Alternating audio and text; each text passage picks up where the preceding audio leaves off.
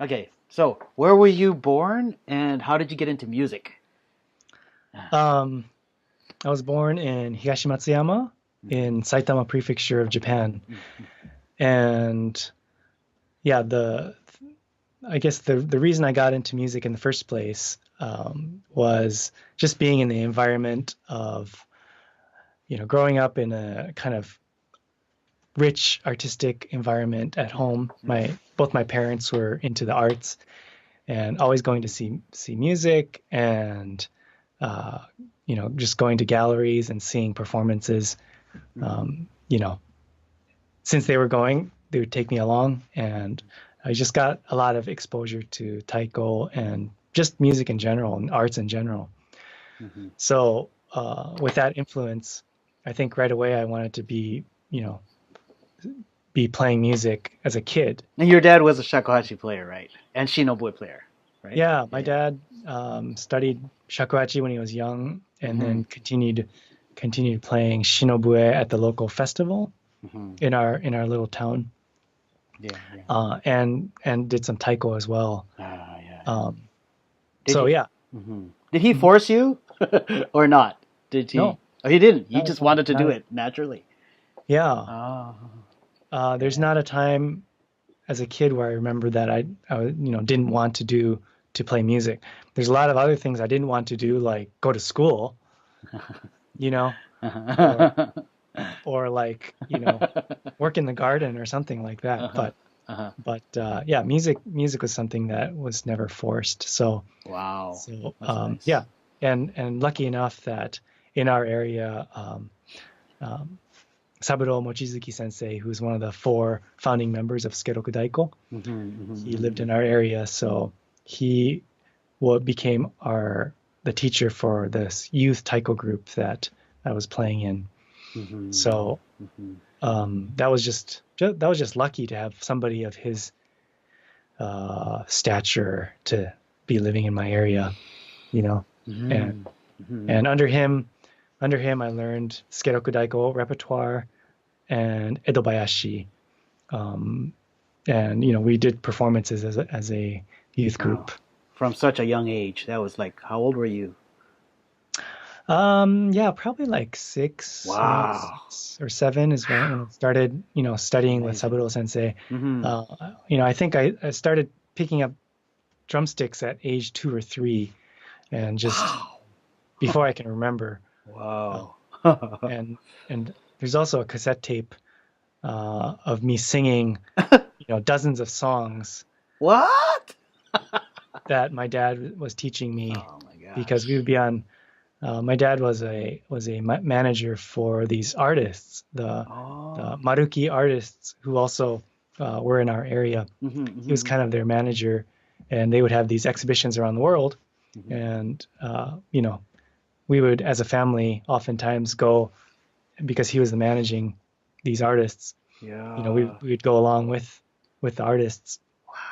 and Yeah. as a little kid, like 2 years old or less, you know, being Mm. on these long road trips it seemed like that was a challenge. So I think just to keep me occupied, my dad would teach me a bunch of songs.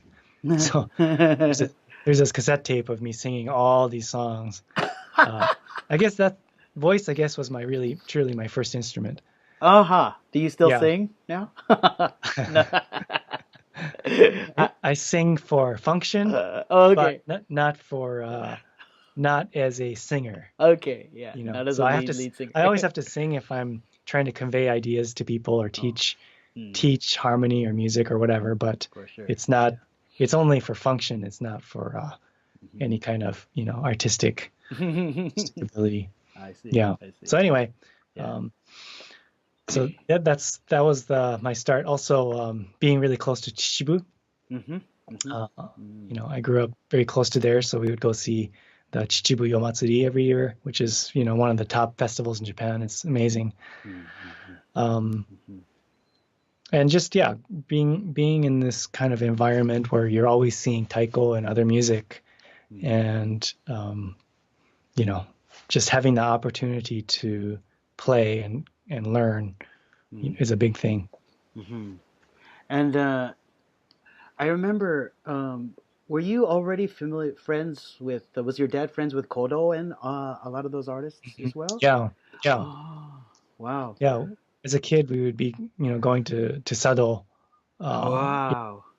every once in a while, and yeah. So I knew as a kid, I knew like all the original Kodo members, uh, Jeez, that's and amazing. yeah. Eventually, I don't know how old I was. Maybe about 12 years old. I went and did a summer intensive um, learning miyake taiko Oh, from Kodo. So I really? was there, yeah, Wow, I think a couple weeks, 2 or 3 weeks. I think I was there that's to crazy. learn from the, this is like, yeah, back in the day when it's like the original Kodo members. That's so awesome. Um, Wow. so yeah, so I still occasionally get to see some of the old Kodo members. That's why I Uh, remember there was a party when I think when you first came to Vancouver, Take-san, the oh Yamashiro, yeah, he had a party at his place, and I think uh, yeah, Yoshikazu-san. Fujimoto-san, he was there, and I was like, I didn't ask you then, but you knew Mhm. him already, right? Yeah, That's why yeah, you yeah, guys were like, and Yoko-san too. Yokoza, yeah, yeah, Yeah, so yeah. interesting. Yeah, Yoko-san, every time I see her, she's just, you know, she's such a great person, but she has this look like she just remembers me as this little kid. It's like that Yeah, like yeah, remembering back, so many years ago where we would come and hang out on Sado Island. jeez, So so cool. Wow. so yeah, I'll see them again. I'm going down for the Asano fifth anniversary. Oh, There's a weekend of workshops and mm. concert in Torrance, end When? of end of July. Oh, wow. So they'll be there teaching workshops, and I think they're going to be performing, and Cool. I'll be down Wow. there to help out, do some translating, and just be around to help. So Man, Ian, yeah, that's so amazing. I'm just blown away by the connections you have Mhm. with, Yes, small you know, world. so crazy. That's amazing. Yeah, Yeah. yeah. Yeah. And then, so your, I'm fascinated by your, of course, your Eastern um, uh, study of music. Mhm. And so, when did you start to, did I, uh, your connection with Kenny Endo. Mhm. When did that happen? Mhm. I met Kenny in Japan as Hmm. a kid Hmm. because his Hogaku teacher, like Tsuzumi, Hmm. the classical Japanese percussion, Hmm. his teacher was Saburo Sensei. Hmm. So at the time, Kenny was, you know, training and learning from and performing with Skeroku Daiko, Hmm. Hmm. um, as well as studying the classical percussion side with Saburo Sensei. And it was during this time that I was in Japan, Hmm. learning from Saburo Sensei. So yeah, so I knew Kenny there, and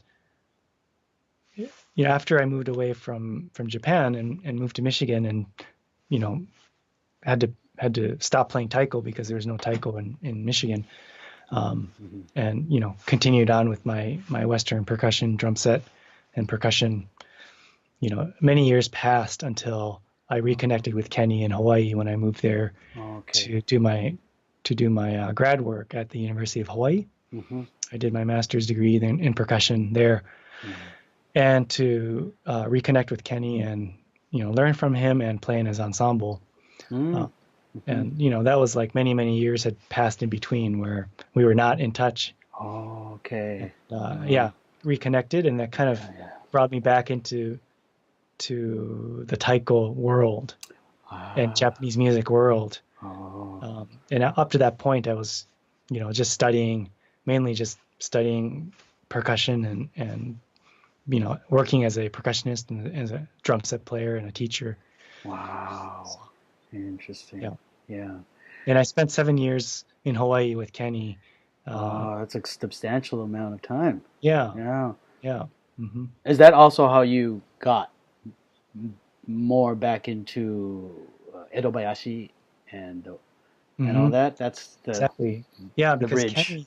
Kenny is the first, kind of link between. the U.S. or North America, and Wakayama Shachu and Edobayashi. So he had studied, with Wakayama Shachu when he was in Japan. I mean, he was doing so much, as if it wasn't busy enough to be, performing member of Skeroku Daiko and learning Hogaku percussion, but also learning festival music. That's like so much. And he was the first to introduce these other forms outside of the modern, taiko, ensemble taiko style. Right. First to introduce it in North America.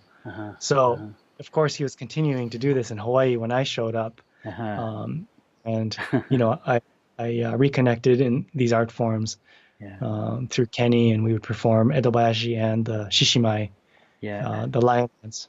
Yeah. And you did, just to clarify, you did know him when you were in Japan, right? Like, as a little kid. You did meet him, and We played together in a concert. Okay, That's pretty amazing. Yeah. Cool. So, quickly, not quickly, but the difference between Wakayama Ryu and Edobayashi. What is this?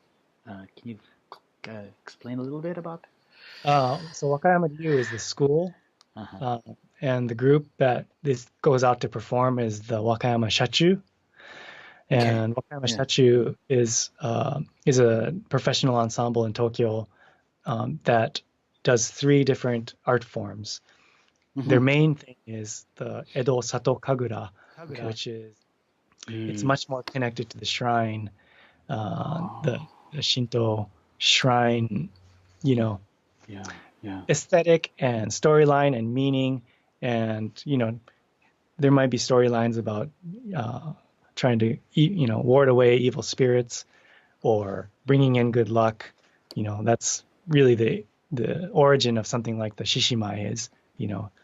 It's not entertainment. Initially, it wasn't entertainment. It was more to help with those things. So the Kagura, the way it looks is there's masks.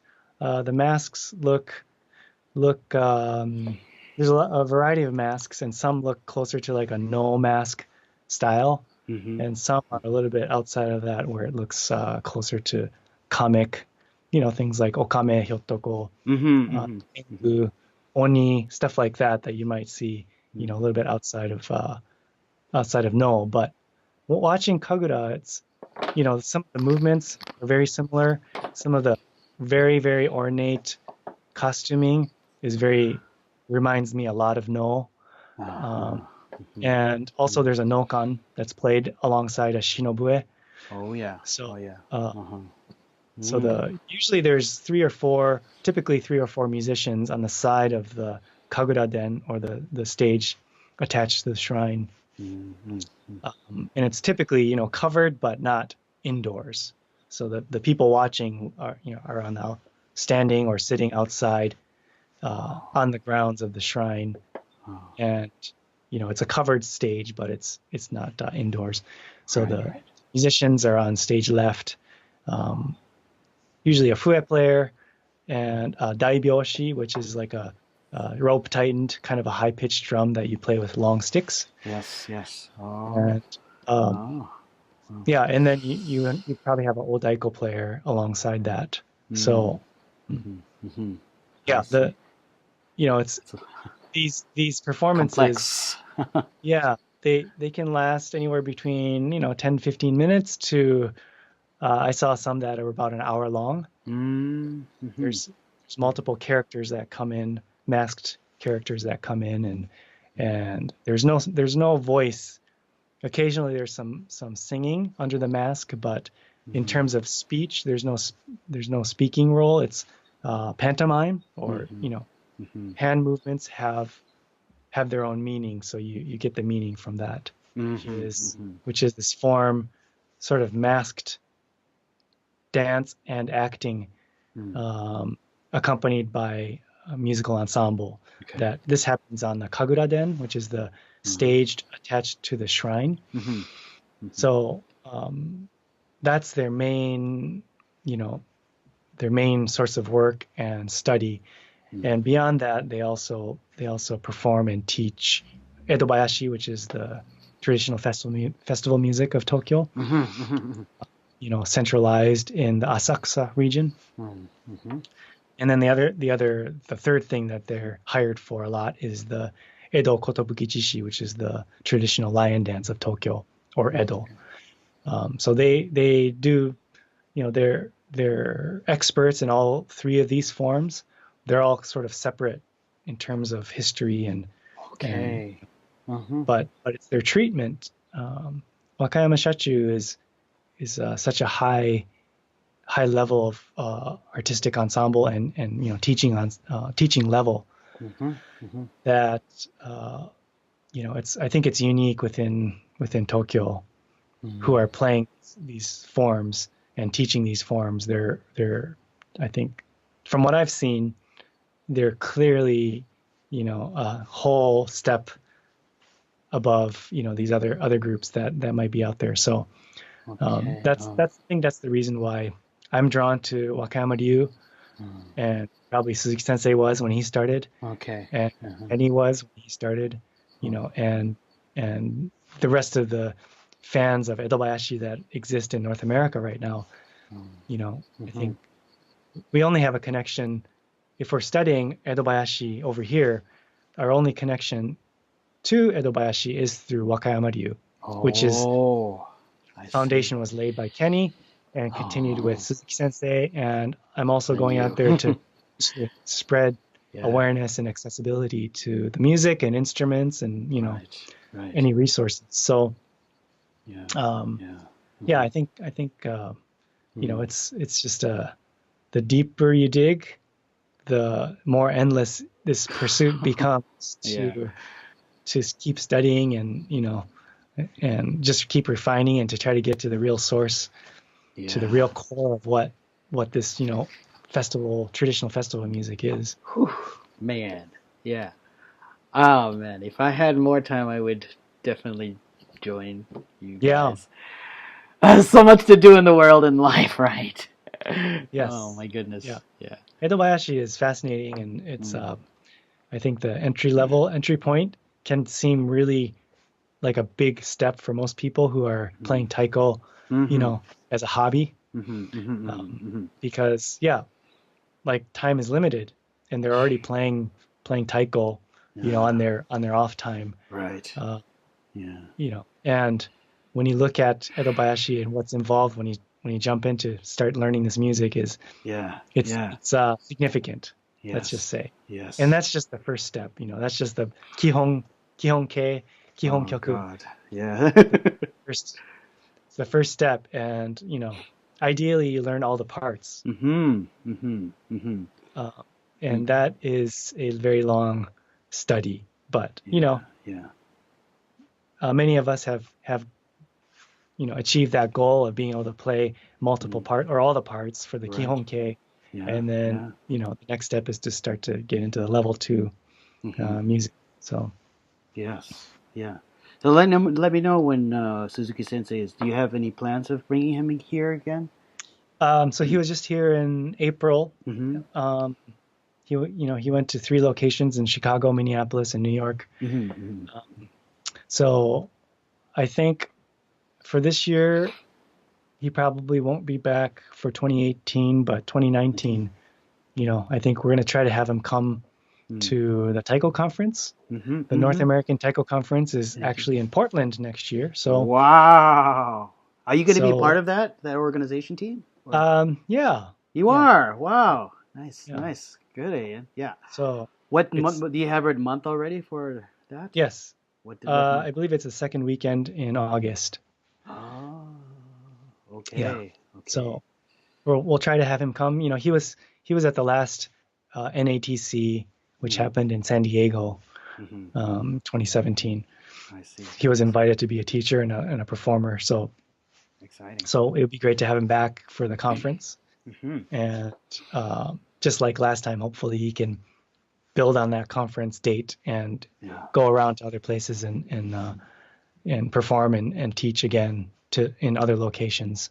Okay. So great. Yeah. And can you talk a little bit about your approach to fue playing? fue playing. And teaching, yeah. Shinobue. Shinobue. hmm Mm-hmm. Yeah, my approach, I guess it kind of, there's the basics, there's the foundation, Mm-hmm. but it sort of splits into two types of students that come to me for fue lessons. Some, one side is they want to get more into edobayashi. Yeah, totally. So that means you have to buy this certain fue that is used by Wakayama Shechu. Okay. And I mean, that's the best scenario, is to have the proper fue that sounds right, Yeah. and has the right tuning and everything. What is the tuning of that? It's a koten tuning, or sometimes it's called hayashi style or matsuri style. Mm-hmm. That's the traditional tuning where all the finger holes are the same size. Mm-hmm. Mm-hmm. Is there a logic to the tuning, or is it just the holes are just the same size? So I think the logic would be that it's one maker, and the brand is called Hosei. Mm-hmm. Mm-hmm. And the tuning is a 6.5, which is unusual because yeah. Usually it's whole numbers, but Right. in the case of Wakayama Ryu, at this point, they prefer this in between a 6 and a 7, like a 6.5 tuning that it doesn't correspond. Like, you can't play that flute with any other instrument. Right. Yeah. It's right between the key of B flat and the key of B, which is it's just not going to work. Is there a reason for that? Well, I think they said the 6 sounds a little too low and the 7 sounds a little too high. Oh, okay. They just want it just right, so it goes right in between. In between, yeah. Sounds great. Quite particular, right? It's quite particular. Well, that's interesting. Yeah. They have a lot of things like that with Taiko and other kane, and they're very particular about sound, which is also it's like speaks to my kind of going for like very particular, careful designed sound. Right. Yeah. So there's that edobayashi side, and then other students, fue students I have, they're just trying to improve their skill to either become fue players in their taiko ensemble or become better fue players in their taiko ensemble. So oftentimes they are coming to get some basics and maybe learn some new repertoire. So what repertoire do you have to teach them? I have a lot of different books. Okay. Fue books. Pretty much anything that's available I own in terms of shinobue, books, sheet music, and stuff like that. But my favorite entry point is the koinuma books. Yes, very good. The orange and the blue koinuma books that have a lot of folk melodies or sort of regional melodies from Japan, presented very simply and very cleanly. And of course, Hiroyuki Koinuma, one of the legendary fue artists and teachers of ever Japan. Yes, so I consider him my teacher in fue. My sensei. Yeah. So I think his artistry comes through in these books, even though they're so simple. And they're like thin books, and there's just not much text. It's just melodies. But I appreciate the approach in this music selection. So starting with something like Sakura, Hojo no Tsuki, these are some of the early pieces that I would introduce to students. And then once I get through a handful of those melodies, then we might branch out into other styles, or maybe even like repertoire from the Taiko group repertoire we might work on. Okay. Or there's a lot of different ways to go after getting some of the basics down. But I do like to talk about not just how to get a good sound and blow and get breath control and finger articulation, but more a little bit deeper into like things that are necessary for good musicianship, like dynamics, maybe some vibrato, maybe some finger ornamentation, things that I do when I'm playing fue. I think it's important to allow students to start developing these as well, instead of just blowing. Right. Yes. Yeah. I see. Is there do you have one particular maker that you recommend people go to? Or? For shinobue? Yeah. Yeah. Yeah, so the two makers that I play, one is Hosei Okay. for the Yeah. festival music, Uh-huh. and the other is Ranjo, Uh-huh. which you know too. Yes, of You know, course. Yeah. I just visited him on this last Mm-hmm. trip, Mm-hmm. and yeah, Ranjo-san is, I mean, he's a great person, and it's Mm. wonderful to visit him every single time. Mm-hmm. But Mm-hmm. you know, Mm-hmm. when you start to pick up a bunch of different makers, fue, and start to play all different fue, you start to get an idea of what you like, and certain qualities of sound and playability and Mm-hmm. intonation. And Mm-hmm. yeah, many years ago, it was Kaoru Watanabe who Yes. introduced me to Ranjo flutes, Yes. Yes. as he Mm-hmm. has with pretty much anybody else who knows about Ranjo. Mm-hmm. Um, Yeah. uh, and at that point, and Kaoru is a Ranjo fue player too. Yes, that's right. Yeah. And you know, I knew those were good flutes then, but in the many years since, as I've gotten to play many other makers, like I go to the Mejiro Gakki in Japan, Yeah. and Yeah. Yeah. they have a handful of different makers, and I play all the flutes, Yeah. and I Yeah. start to get an understanding of what makes Ranjo's flutes different. Oh, And what is? it's all these things, talking about Uh-huh. with sound quality, Yeah. the texture of the sound, consistency, Mm. and intonation is big. Mm. Mm-hmm. It's a big Mm-hmm. that a lot of the work I do, I'm playing fue with other instruments, Yes. and Yes. being in tune is kind of important for me. So, um, Oh. versus like something like if you're playing fue with taiko, Mm-hmm. or other percussion, it's not that crucial to be totally in tune. Yes. But Yes. as soon as you Oh, play it with like other. Yeah. other instruments, Yeah. could be with For other sure. fue, you can Yeah. still kind of Yeah. get away with that a little bit because both fue players can adjust a little bit. But Mm-hmm. something like a vibraphone or Oh piano, yeah. you cannot adjust that instrument. So, Yeah. you know, Yeah. for me, it's important to have good intonation so that I can do a lot of different collaborative work. Right on. Right on. Yeah. Yes. Yes. Yes. And other apart from music, you're also quite the chef. Mm, I wouldn't So say chef. chef level at least. So what are your favorite foods to cook and to make? I would say I'm a home culinary enthusiast or something like that.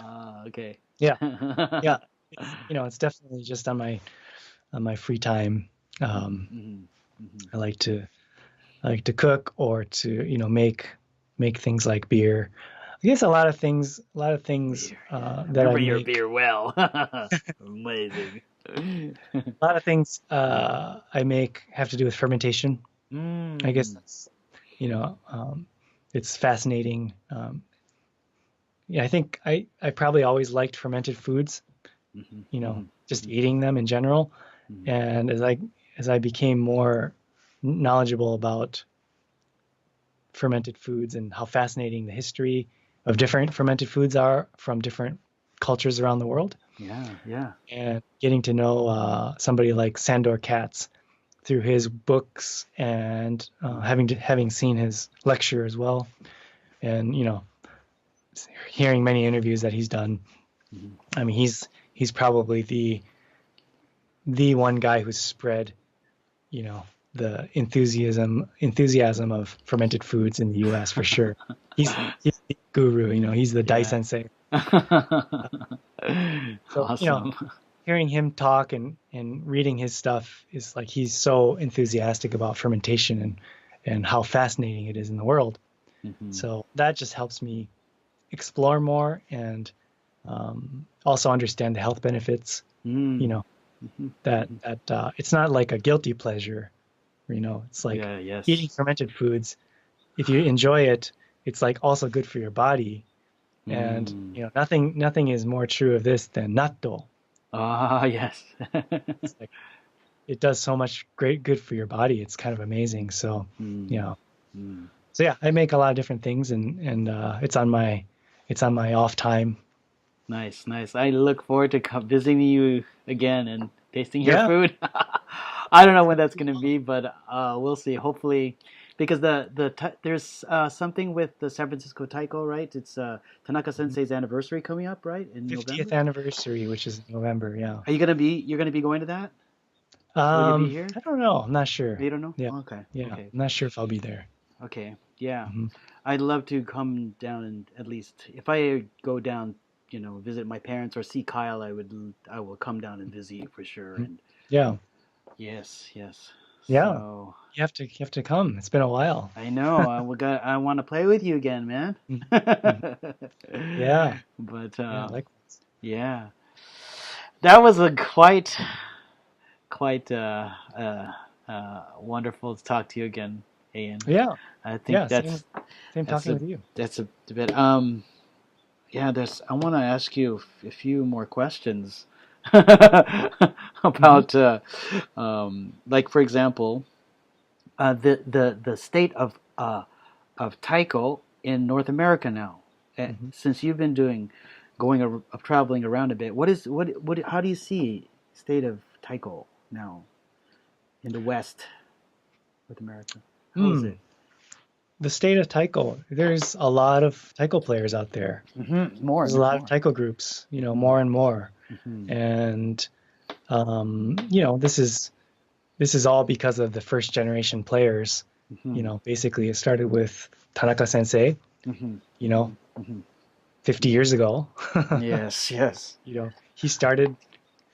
He started his own group and he started traveling around to teach groups, and groups started all around the country and all around North America.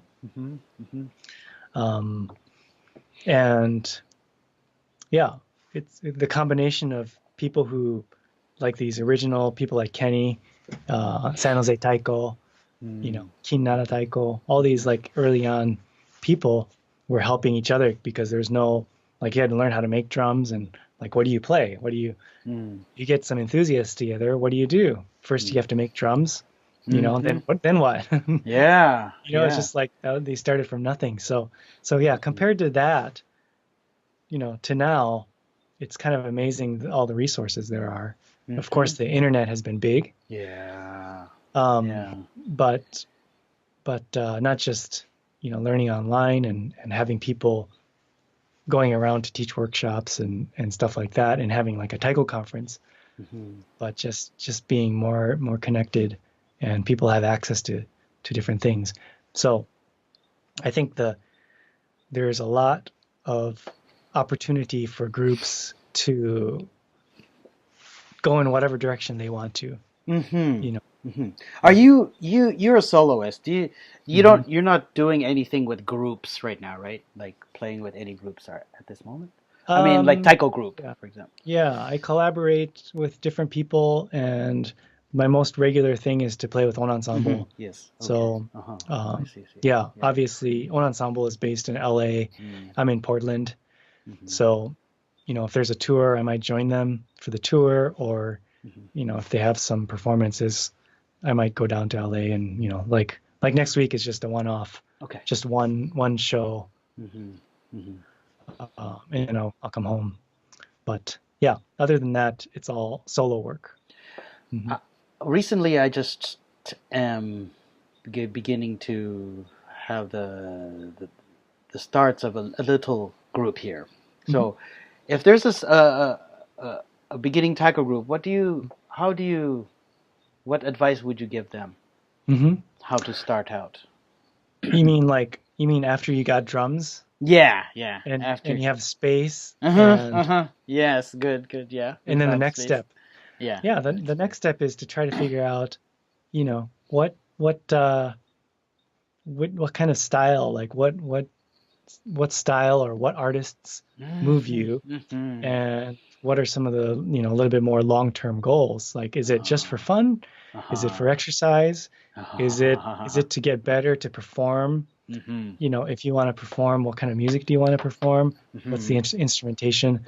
So, Yes. it Yes. might even Yes. be, if it's like beginner taiko players or students, Mm. it might be hard to even know the answers to these questions, but Right. sort of having a future idea of like, which direction do you want to go to?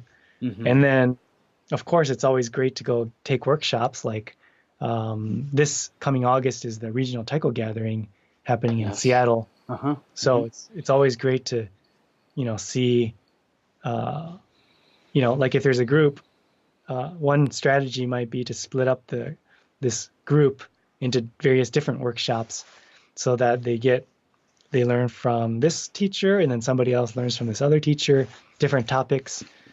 And then when you come back, then it can be a sharing session in the, in your rehearsal space of, I learned this in the Shinobuya class. I learned this in the Atarigane class. That's one way some groups approach going to a conference like that or a gathering is to, split up and kind of try to get a bunch of different topics. Otherwise, probably probably the most direct way to get started is to bring a teacher you find trustworthy and you think will do your group good, and invite them to come and work with your group. It's probably the most direct way to, like, direct instruction live is probably the best way to get the most momentum going. Because I think that's the teacher's role, is to help provide guidance. So, and I think like early on, Kenny was doing that, going around, providing guidance and giving his experiences, kind of utilizing his experiences playing with Skeroku and learning traditional forms in Japan to help guide other groups that brought him for residencies, especially. Yeah. And that's the other thing. You could take one workshop, 2 or 3 hour workshop, but if you have somebody for a few days or even a week, that is a very lasting kind of experience to have a residency versus taking just one session. Right. Yeah. And I think that's the kind of thing that really helps groups, especially toward the beginning, kind of get going. Well, we'll probably have you come up sometime back to Vancouver and help us out. Just let me know when, and I'm there. Sure. Awesome. Okay, Eien, I think that's about it for the questions. Okay. Great. It's been over an hour, and wonderful to really kind of go back into your flow. It's so wonderful to hear you, man. Yeah. Well, my pleasure.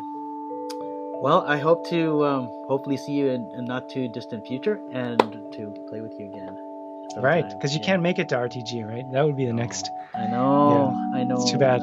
Yeah. And November is pretty crazy with pottery with my wife's work, but 2019 I'll make a point to come and see you sometime. Hopefully in the beginning of the year sometime. That would be wonderful. Or the conference. Have you been to NATC before? Let's see. I don't think I've ever been to one yet. Oh, wow. I know, but just So NATC is going to use it next August, right? In Portland. Boy, that is something. And I'll try to do my best to come here because that's your town now, and you're on the board. Gotta go. I always tell people, no matter who it is, if you've never been to a Taiko conference, you should check out at least one, and then after that you can decide if that was worth all your time and expense to make it there. But it's just, there's so much to do. There's performances, there's workshops, you can meet all these people, you can see your friends. Yes. You can buy stuff at the marketplace. There's just it's just like all in one experience. Yes. It's really a great event to check out at least once. So I recommend it to everybody. And in Portland, beautiful Portland. Boy, I can feel it already. It's going to be amazing. So hopefully it'll go well. Yes. All right, Eien. Okay. Thank you so much, man. It was such a pleasure to talk to you again. Okay. All right. Take care, Eien. Okay, talk to you soon. Take care. Okay, See you next time. Okay, bye-bye.